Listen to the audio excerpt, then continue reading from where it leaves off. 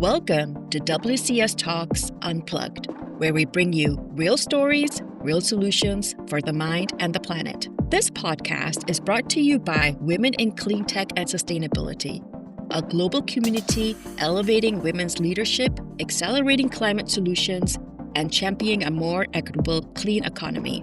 Every episode, we sit down with the thinkers, builders, and innovators, redefining what climate leadership looks like and doing it with purpose and heart. So settle in, take a breath, and get ready for an honest, insightful conversation that just might spark your next idea, shift your perspective, or inspire your own climate journey. Let's get unplugged. I'm Sara Fuentes. I am the Chairwoman of Women in Cleantech and Sustainability. This is what I do for fun. What I do for a living is I'm the president and founder of Smart Waste, where we save money and reduce trash for the commercial sector. Today, I have the privilege of having a long-time ally and friend, Michael Kobori. Man, Michael, it's been such a long time since we've been together in person, but now we get to be together on the mic. Welcome to our WCS Talks podcast. Thank you for being here. Sara, it's so great to see you again, and I'm just so pleased to be here, and thank you so much for inviting me. So back in 2017, we invited you to WCS Talks, which was a conference that we had with all women, and you were one, I believe, of one of two males that we had. But Michael, over the last, decade, you have been an ally of Women in Clean Tech and Sustainability, and I just want to kind of just touch base a little bit about that talk that you brought to the table and to our community, and where you shared a little bit about your background as a Japanese American raising in San Jose. You brought up some really amazing points on identifying some struggles in leading from the outside in. Michael, can you just recap a little bit for the audience here that may not have the opportunity to be with us that year? Yes, Sara, I'm happy to do that. And I will say, I think I started that talk off by acknowledging I am a Japanese American male, and so I can't ever understand the experience of women. However, I believe I do have a lot of empathy since for the past 20 years, perhaps not lately, but for the past 20 years, I lived with four women. I lived with my wife, my two daughters, who have now grown up and they've moved out, and my mother-in-law. 20 years. Actually, no, it's 30 years with my mother-in-law. Okay. So Brave lots of man, a women brave man. in Yes, lots of women in my household. And so it has really influenced me and changed my perspectives. And so I believe I do have a lot of empathy for women and also seeing my daughters growing up. And then, of course, just my experience of being a Japanese American man, a person of color in what has increasingly become a white male-dominated society. And so those were some of the experiences that I shared and how I was able to try to address some of the things that I faced over my career. I think that in that talk, you gave a really good understanding, and it was probably one of the first times I've ever heard a male perspective on mansplaining and versus Hmm. empathy. And so for me, seeing that there were male allies like you, Yes. it's just such an eye-opening experience. Oh, Granted the fact, yes, I have my father who has always been an ally of mine and still is one of my sure. biggest champions, right? Yes. But in the workplace, it's such a different experience than in the home. A lot of us may have counterparts like our brothers, our uncles, our dads that live with us in our home. And yes, they're going to treat us a different way because they're our family, right? But out in the workplace, it was just such an eye-opening revelation for me. And this was when I was still very much young in building my career, right? It was such a model to see, Michael, to have allyship, and you really kind of set the stage for us over the next, years of seeking out allies for our Yes. organization. Well, Sarah, that makes me feel so just moved, and it's great to hear. Thank you for sharing that with me. I really appreciate that, and I'm glad. I mean, as whatever small way, I was able to help demonstrate, because I think I said in that talk to kick it off, men don't like mansplainers either. At least some of us don't, right? Nobody likes being explained to and talked down to like that. And so certainly something that I try to keep in mind and remember. And I think, our profession as well, in sustainability, certainly my experience both at Levi's and at Starbucks, where I was more recently, there were more women on my team than men. Women were my deputies for the most part. And so being able to empower them and help them to develop and grow and eventually step into my shoes. In fact, my successor at Starbucks is a woman, is terrific to see. One of the key insights was the dominant power struggle that you had mentioned in finding allyship with women. Yes. When you brought that up, sometimes if I'm in a male populated industry, the waste recycling is very male populated. We definitely see the difference in the power struggle in many facets, right? So being that you had these deputies that were women, you really learned how to, I would say, learn how to leverage the power of us. Well, and I would also say that certainly at Starbucks as well, and at Levi's, for much of my time, I was reporting to a female leader, a woman leader, and my peers on the leadership team, there were many women peers on the leadership team as well. So we talked a little bit about your journey. So you went from Levi's in 2017, and then right after, right, you went to Starbucks. Is that correct? That's right. I joined Starbucks, now it's 6 years ago, as their chief sustainability officer. And during that time at Starbucks, tell me a little bit about some of the impact, the work that you've done. I know we briefly talked about it, some of the employee groups that you've worked on and some of the climate justice things that you've done and you've prioritized. Can you share a little bit about that with us? Absolutely. And I did retire from Starbucks about a year ago. So I've been retired for the past year. But while I was there, Sarah, I've been thinking about our conversation and your question. I think there's two things that stand out for me in this area that I was able to do at Starbucks. One, as a new leader, I was the first chief sustainability officer at Starbucks. I think I was viewed, and as a person of color, particularly at that time. Remember, it was 2020. Right. And then George Floyd had just happened. And so there was heightened awareness. Hmm. And I was able to come in as a new leader of color. And Starbucks is the kind of culture that really enables you to show up as your authentic self at work. And they encourage that. And most of the time in the past, I may have shared this in the talk, I kind of sublimated my identity when I was at work and professionally. I'm all about professional and the work and the content. And I didn't really talk about my ethnic identity and the fact that my parents were in the internment camps during World War II and how that shaped my ideas around social justice and so forth. When I got to Starbucks, I felt, now is the time where I'm a new leader at this company. I can speak up. I can represent. And Starbucks, like many large companies, has employee affinity groups. There's a Black Partner Network. There's the Asian Pacific Islander Partner Network, all the different employee networks, LGBTQ network. And there was a Partners for Sustainability network as well of people who cared about sustainability. And I was the sponsor of that one. And what we were able to do was develop a lot of intersectional programs. Because, of course, sustainability and environmental justice cuts across every ethnic group, every, By group far. color, because we're all impacted by the unequal effects of pollution or of environmental degradation, right? Particularly in our communities. And so we were able to use that as a programming thread. And I would show up to these, at that time, we were all on video, remember, because it was the Hmm. pandemic.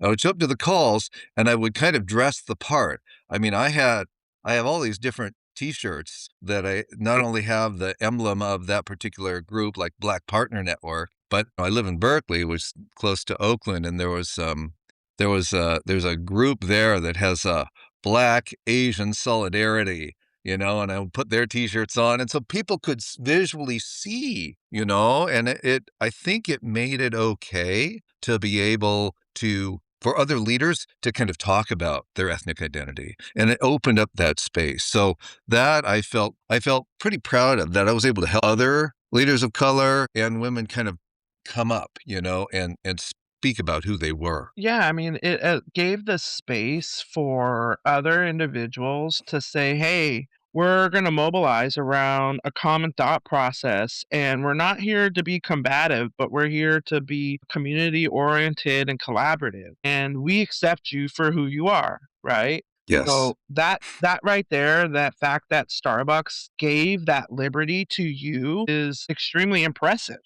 Super cool. It's yeah, it was a time, and maybe that's the lesson for the audience. Seize the moment, seize those opportunities, and don't be afraid to kind of step up, because before I was kind of uncomfortable talking about my identity, but being able to articulate that. And yeah, some of the other leaders, women leaders as well, came up to me afterwards and said, "Hey, Michael, you helped us to see it was okay for a leader in the company to talk about these things." I think you hit a really good point about it being okay to talk about our backgrounds because then we realize how much really we have in common versus Yes. how different we are. If you are listening to WCS Talks Unplugged, you are already a part of the conversation. Now it's time to be a part of the community. Join Women in Cleantech and Sustainability and connect with a global network of women and allies building climate solutions together. Become a member at womenincleantechsustainability.org. Some of the work that Starbucks did in climate justice, I know that they served communities with Yes. other types of like investments and things like that. And I know that you had something to do with that. What inspired you to want to continue to give back like that? As I mentioned, my parents were in the internment camps during World War II, and they never really talked about that experience until we were older. Mhm. Right, it was something that you didn't talk about if you're in the community, Japanese Mhm. American community. But of course, as I got older and the whole reparations movement happened and so forth, then they started talking about it more, and I began to realize just how injustice can be perpetrated in our country. And I don't need to mention that that is happening today in very disturbing ways. Um, and so having that as part of me and looking at social justice issues throughout my career, one of the things that I wanted to bring to Starbucks in the work that we were doing was to connect environment and people. Because so often in the sustainability movement and in sustainability jobs, we're talking about the environment. We're talking about, you mentioned what you do, right? We're talking about waste or pollution. And in some ways, it becomes a bit disconnected from people. And I think as sustainability leaders, it's very important, particularly now when things like climate can't even be talked about, right? That we tie the work back to, hey, we're not talking about saving the environment. We're talking about doing these things because it has an impact on people in communities, our neighbors, our coworkers and others. Yeah, no, you bring such a good point about how people are afraid to talk about climate now because they don't want to be drawn into some political argument versus a humanity argument of like Yes, fighting over humanity of saying, hey, I want to have clean air. Hey, I want to have a clean environment. Hey, I don't want to smell smoke and I don't want to drink soot in my water. Like these are the things correct. that I think that messaging gets across is that it's all about being a human more so than particular, demographic. Yes. And I think given the times that we're in, it's even more important now for all of our sustainability initiatives to be tied back to people.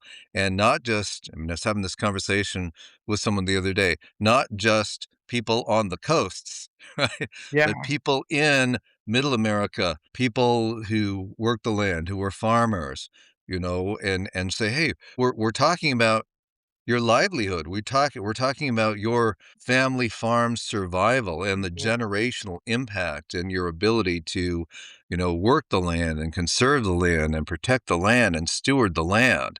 And start pivoting our language to those kinds of words and impacts and connections, I think is so important, particularly now. You asked me about some of the things we did at Starbucks in the space, and I still remember one of the early conversations I had.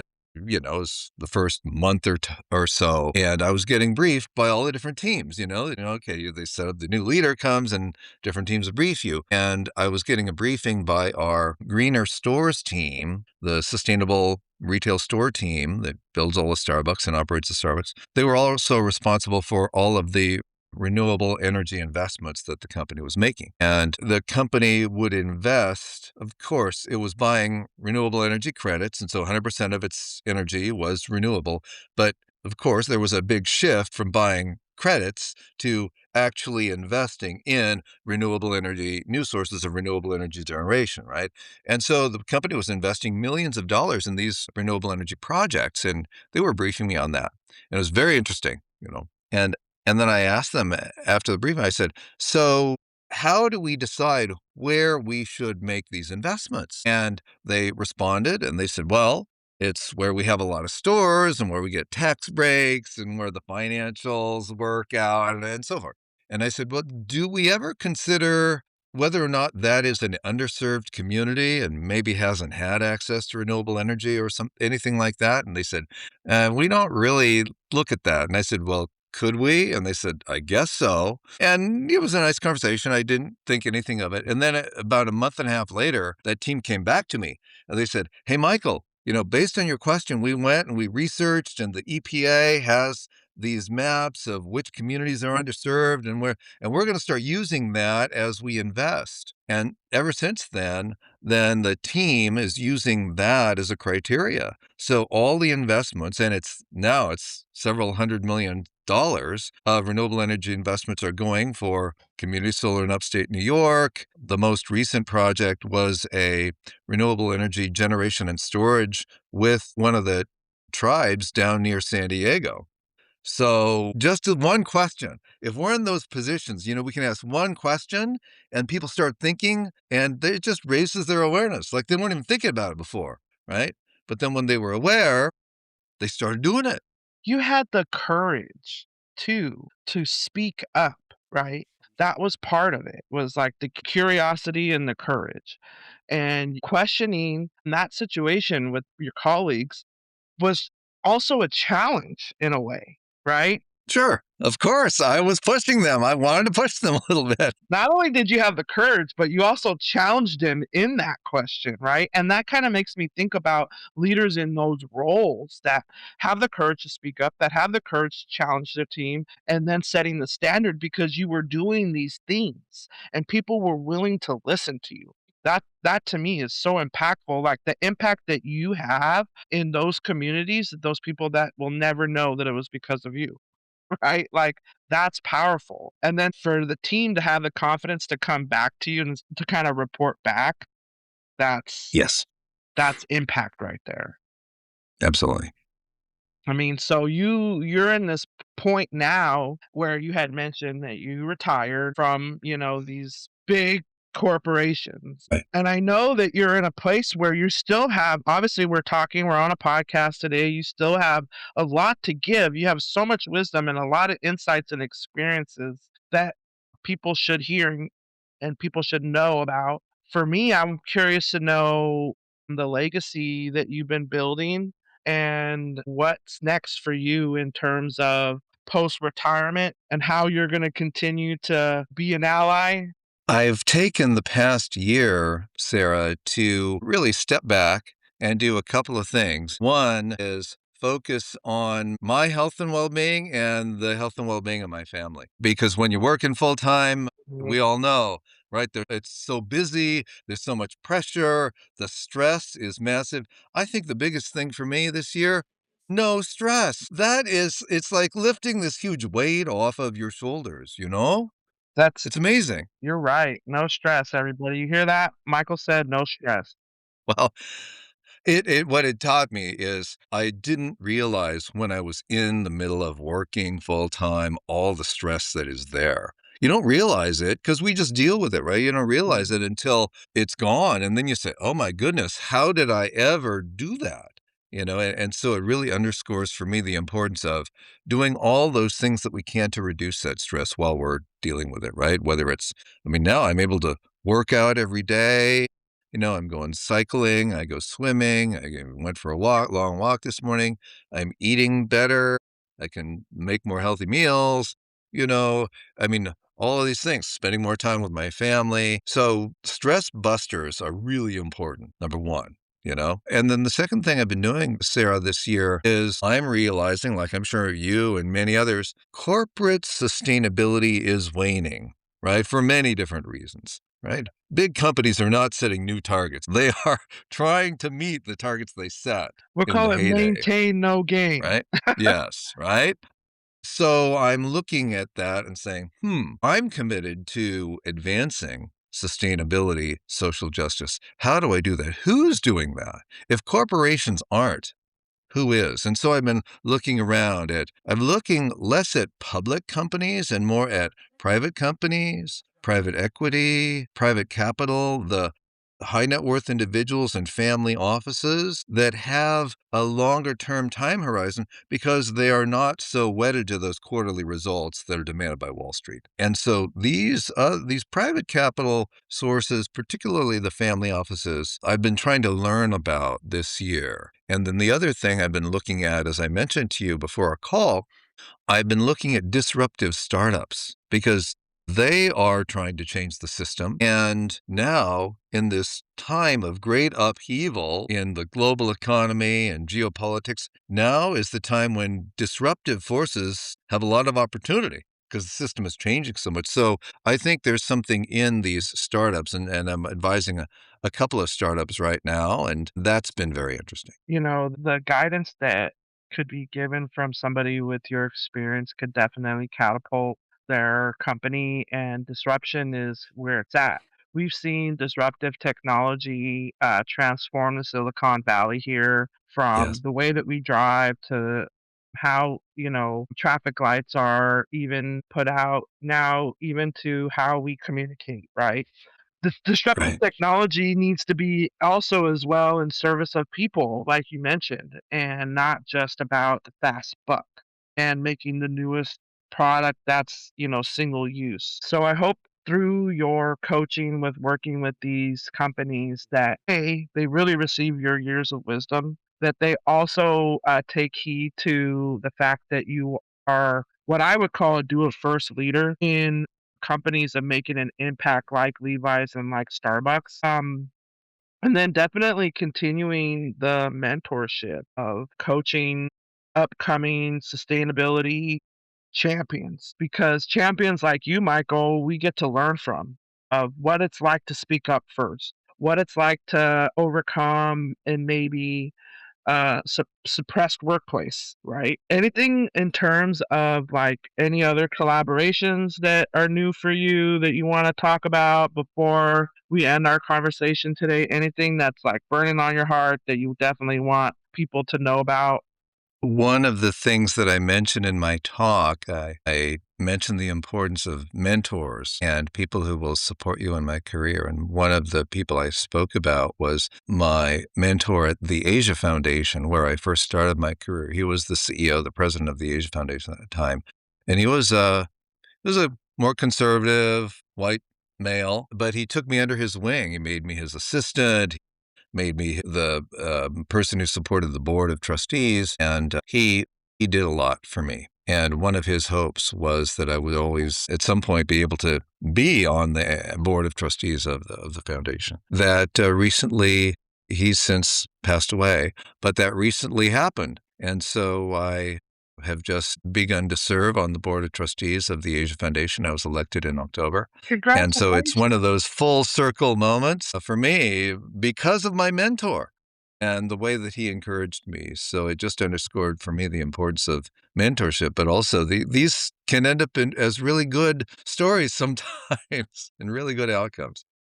They are. Mentorship is so critical in our paths. And these lessons of you, like in your WCS talks of finding your tribe, right? And getting mentors, and now you being in a position on being on a board. And it sounds like very much so that you're still being an active contributor. I want to spotlight the work that you've done and your contributions to, first and foremost, the planet. Right. And then, secondly, to the Japanese community for being a leader and not being afraid to speak up, right? Because, like you mentioned, sometimes talking about your culture can maybe feel like, is it appropriate? Is it not? But at the same time, we get to be proud of where we come from and who we are. So, thank you for doing that and setting that example for us, Michael. I want to ask for any advice that you might have for these sustainability champions. And I do have to ask, just because this is Women in Clean Tech and Sustainability, I'm curious Yes. to know how our organization has impacted you being an ally for us. I'm going to start with that, Sarah, and say that the talk that I did back in 2017 was one of the first, I think it was the first time where I publicly spoke not only about my parents and my heritage and what they went through, but also the fact that I did have a patch in my career where I had a leader I was reporting to who took away my confidence, and that led me to deal with depression and how I overcame that. It was the first time I talked about that publicly. So it Wow. was a big deal for me, Hmm. and being able to do that in the WCS talk, it made it okay for me to talk about it. And I have continued to share that over the years. And Wow. every time that I do, invariably, people from the audience will come up to me after and say, Michael, that thing you talked about with depression and losing confidence, I'm going through that right now. Or my partner is going through that. And they open up, and then we have a conversation about it. I can support them. And so I've found that what the WCS talk enabled in me was to share what is real. I And love now that. every time I'm talking, and I'm doing a lot of what you mentioned a lot. Just last week, I spoke on a podcast with an organization called Diversity in Sustainability that has a lot of young people of color in it and women in it. Last year, I spoke at a conference of an organization called 50/50 Women in Business. So it's trying to get gender balance on boards, Yes. and I talked to them about my experiences. And I continued to guest lecture at the Haas Business School over at Berkeley and do podcasts and things like this. And I think it really all stems from what UCS enabled or gave to me. So I am so grateful for that opportunity. Thank you so much, Michael, for that. It's really, I don't want to say goodbye. I'll tell you that, because I think we could chat so much about so many different verticals within sustainability, right?